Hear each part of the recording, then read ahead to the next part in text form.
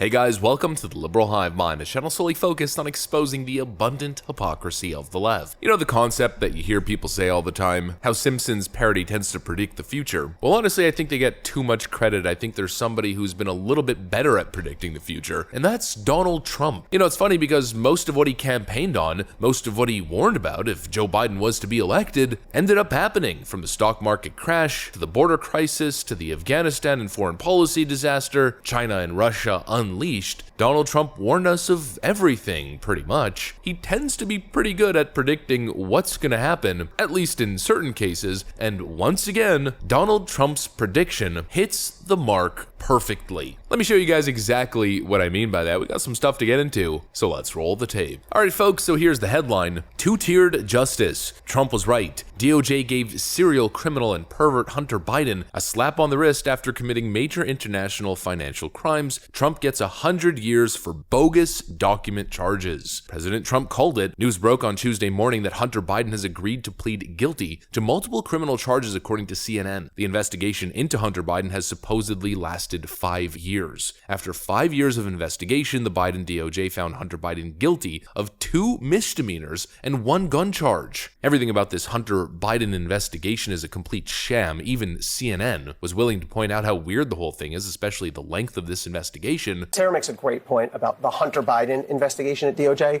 This is preposterous. This has been pending, according to our reporting at CNN, since 2018. 5 years. And this, by the way, this investigation is not the laptop. This investigation is a tax issue. Did Hunter Biden declare his income? And a sort of obscure gun law. Did he possess a gun while he was addicted to drugs, which you're not allowed to do under federal law? Did he lie about that? But 5 years, I mean, that's a 5-week investigation. Somebody, and this spans the Trump administration and the Biden administration. Someone's got to make a call on this case. I don't know what is going on, but it's beyond anything I've seen before. And after this preposterously long investigation into Hunter Biden, after all the evidence of clear felonies, he gets a little slap on the wrist. And the timing is just incredible. This is where Donald Trump called it. Trump was right. The weak charges brought against Hunter, he will face no jail time, is just an effort to make the Biden DOJ look fair. Donald Trump predicts Hunter Biden will get charged with, quote, something small to make their strike on me look fair. He said this on June 6th, 2023, and he was 100% correct. All of a sudden, with all the talk of the weaponization of the DOJ, wannabe dictator, sleepy, creepy, piss pants Biden charging his top political opponent ahead of the 2024 election, all the talk of corruption within the DOJ, the FBI, and other agencies, and in comes the counter narrative, the uniparty distraction. Quick, let's get a plea deal with Hunter Biden. See, right-wing chuds? The Justice Department isn't political at all. No, of course not. Hunter Biden is currently embroiled in a criminal bribery scheme where the Biden crime family supposedly pulled in over $30 million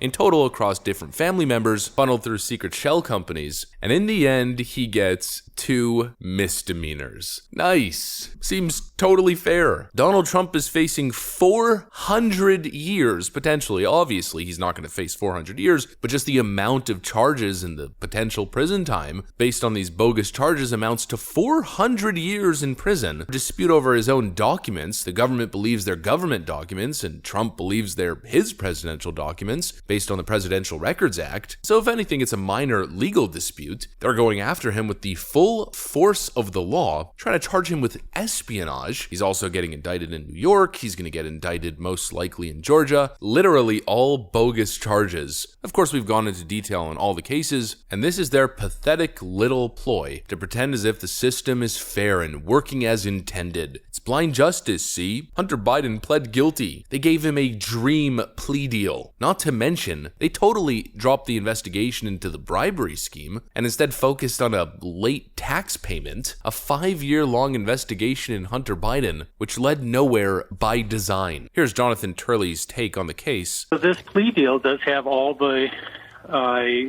makings of an avoidance of any jail time, but more importantly, it was an evasion of the more serious allegations facing Hunter Biden and the Biden family. So it is historic in the sense that the president's son is going to plead guilty to criminal acts. It is going to be very controversial for critics. I think for many, this is going to look like you ticketed the getaway driver after a bank robbery. Many people view the influence peddling allegations as being a very serious form of corruption with potential crime. And he's going to plead guilty to relatively minor tax and gun charges.